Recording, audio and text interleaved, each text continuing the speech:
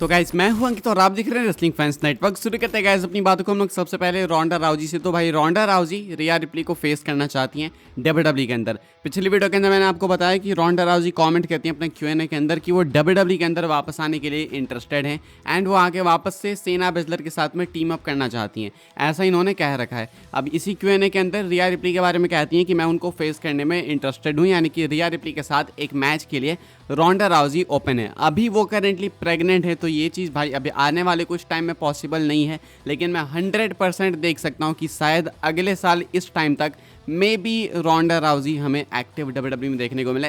हालांकि शायद स्टिल मैं काफ़ी जल्दी बोल रहा हूँ, मे बी अगले साल दिसंबर तक रोंडा राउजी हमें वापस देखने को मिले, बिकॉज अभी वो प्रेग्नेंट है तो टाइम लगेगा। उसके बाद डब्ल्यूडब्ल्यू के साथ जो भी इनकी नेगोशिएशंस होंगी, देन डब्ल्यूडब्ल्यू इनको लाने को तैयार हैं ही, ये भी आने को तैयार है, तो डील तो डन हो जाएगी, बट उसके बाद भी थोड़ा टाइम लगता है। तो ऐसे में आई एक्सपेक्ट कि अगले साल दिसंबर तक, यानी अगले साल एंड तक मान लो, रोंडा राउजी वापस आ जाएंगी। तो रिया रिप्ली वर्सेस रोंडा राउजी, आपके अकॉर्डिंग ये वाला मैच कहाँ पे होना ज़्यादा डिजर्व करता है, कमेंट करके बताना।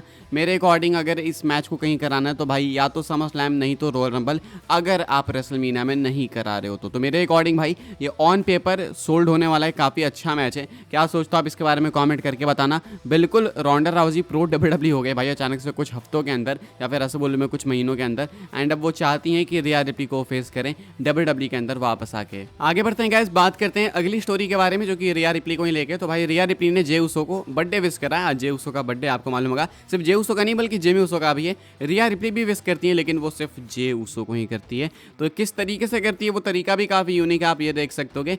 इन्होंने अपने इंस्टाग्राम स्टोरी के ऊपर एक फोटोशॉप्ड पिक्चर डाली है जे उसो के साथ में। यूट्यूब थंबनेल्स नहीं बनते भाई इस तरीके के, वही वाली पिक्चर इन्होंने डाली है एंड यहाँ पे लिखती हैं हैप्पी बर्थडे, टैग करती हैं जे उसो को, साथ में रोज वाली इमोजी भी डाली इन्होंने। तो यहाँ पे रिया रिप्ली अपनी साइड से विश करते हुए दिख रही हैं जे उसो को, काफ़ी अलग अंदाज में। इससे पहले मैंने एक इंस्टाग्राम स्टोरी देखी थी जे उसो की, जहाँ पे वो रिया रिप्ली के हाथ को शेयर कर रहे थे, जहाँ इनके हाथ पे भाई यीट वाला ब्रेसलेट था। तो इन दोनों के बीच में पता नहीं क्या चक्कर चल रहा है, मुझे तो समझ नहीं आता कि रिया रिप्ली का चक्कर क्या है भाई। बडी मर्फी इनके रियल लाइफ पार्टनर हैं, डोमिनिक मिस्टीरियो के साथ ये रहना चाहती थी, वो नहीं मिले, मतलब कुछ टाइम के लिए मिले, तो अभी भाई वापस से ये जे उसो के साइड आ रही है। बीच में भी एक टाइम पे जे उसो के साथ ही जाने की कोशिश कर रही थी।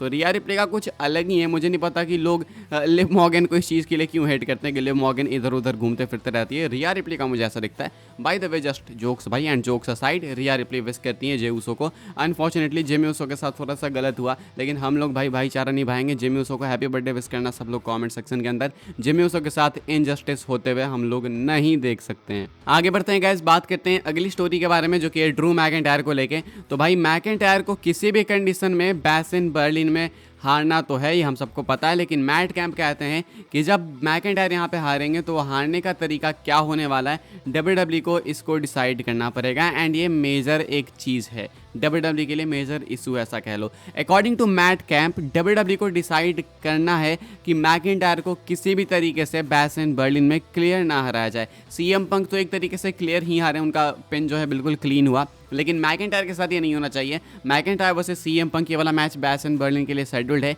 एक स्ट्रैप मैच होने वाला है। इनके अकॉर्डिंग, इनके लॉजिक के अकॉर्डिंग डब्ल्यूडब्ल्यू मैच करा रही है तो भाई रिस्क में करा रही है, बिकॉज अगर मैकिंटायर यहाँ पे क्लीन हार गए तो देन मैकिंटायर को ज़्यादा अफेक्ट पड़ेगा। सीएम पंक क्लीन हारे समर स्लैम में, उससे उनको ज़्यादा अफेक्ट पड़ता नहीं है, बिकॉज सीएम पंक ऑलरेडी एक वेल नोन नेम है। मैकिंटायर भी है, लेकिन मैकिंटायर को अभी और आगे सीएम पंक से तो एटलीस्ट ज़्यादा ही कंटिन्यू करना है। तो इनके अकॉर्डिंग मैकिंटायर को हराना तो है ही आपको, लेकिन इस तरीके से हराओ कि मैकिंटायर को भी ऐसा ना लगे कि हाँ भाई वो क्लीन हार गए, एंड ऑडियंस को भी ऐसा ना लगे कि मैकिंटायर कमज़ोर है। तो ये समझने वाली बात है यहाँ पे। पता नहीं भाई इसको मैं किस तरीके से क्लियर वर्ड्स में बताऊं, बिकॉज स्ट्रैप मैच है इस बार, तो रेफरी भी नॉर्मल होने वाला है। तो इसकी एंडिंग डब्ल्यूडब्ल्यू कैसे क्या करेगी, या तो कोई नहीं जीते भाई, लेकिन कोई नहीं जीतेगा तो फिर वो 1-on-1 वाला जो सिस्टम है वो इक्वल नहीं चलेगा ना, कि एक मैकिंटायर जीते एक पंक जीते हैं एंड उसके बाद बैड ब्लड में तीसरा मैच हो, फाइनल मैच जिसमें जो जीता वो एंड में विनर।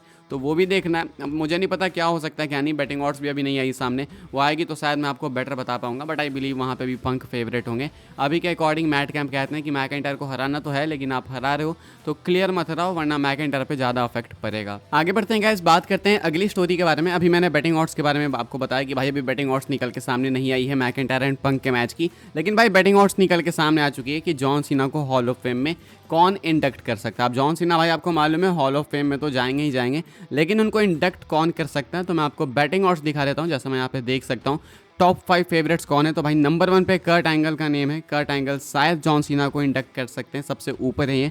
उसके बाद रैंडी ऑर्टन है, देन है ट्रिपल एच, देन है रॉक एंड देन है सीएम पंक।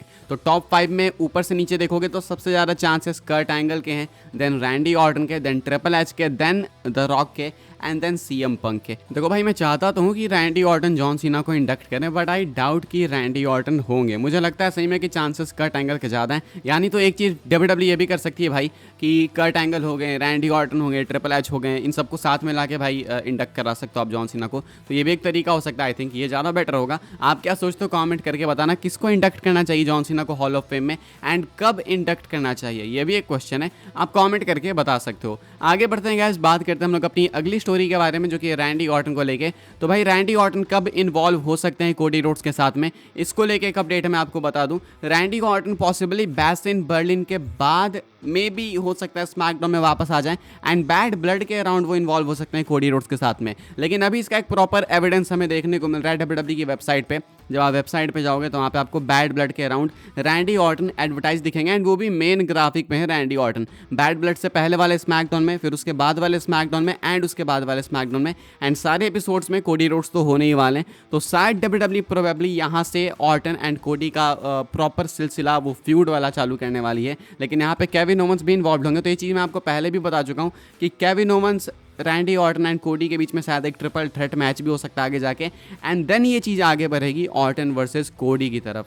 क्या लगता है आपको कमेंट करके बताना। मेरे अकॉर्डिंग यही तरीका हो सकता है। बाकी यहाँ पे डब्ल्यूडब्ल्यू एडवर्टाइज कर रही है रैंडी ऑर्टन को मेन सोलो स्टार के तौर पे बैड ब्लड के आसपास में, तो मे बी वहीं पे वो शायद कोडी के अगेंस्ट जाएंगे। आगे बढ़ते हैं गाइस, हम लोग बात कर लेते हैं अपनी नेक्स्ट एंड फाइनल स्टोरी के बारे में, जो कि ब्रॉक लेसनर को लेके। सो वंस अगेन भाई एक बार फिर से लेसनर को स्पॉट करा गया। लेसनर कहाँ पे स्पॉट करे गए तो भाई ये तो मैं नहीं बता सकता, लेकिन किसी एक फैन के साथ स्पॉट करे गए ये मैं आपको जरूर से बता सकता हूँ। लेसनर की ये है लेटेस्ट अपीयरेंस, एंड यहाँ पे लेसनर की वो वाली बियर्ड हमें देखने को नहीं मिल रही है जो कि पहले देखने को मिलती थी। लाइक बियर्ड स्टिल है, बट ये वो वाली बियर्ड नहीं है, वो उतनी लंबी या फिर उतनी थिक बियर्ड नहीं है। अब मुझे लगता है ना इनकी पिक्चर्स ये जो निकल के सामने आती है ना भाई, ये ऐसा नहीं कि मैं आपको आज दिखा रहा हूँ तो ये मतलब पिक्चर कल या एक हफ्ते पहले क्लिक करी गई होगी। मुझे लगता है ये पिक्चर्स बहुत पहले क्लिक करी गई होती है, एंड बाद में ये हमारे सामने आती है, तो हमें लगता है ये लेटेस्ट है। हालांकि ये लेटेस्ट नहीं है, बिकॉज रिसेंट टाइम में मैंने कुछ ऐसी पिक्चर्स देख ली जहाँ पे किसी पिक्चर में लेसनर की बियर्ड बहुत लंबी है, किसी में हल्क हॉगन टाइप की है, तो किसी में ऑलमोस्ट नहीं है।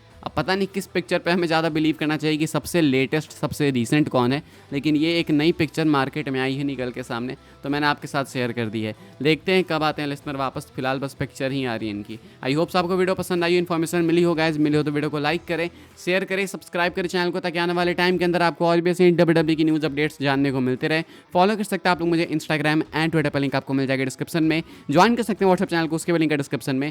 मिलूंगा मैं आपसे अगली वीडियो में, तब तक के लिए गुड बाय, सी यू।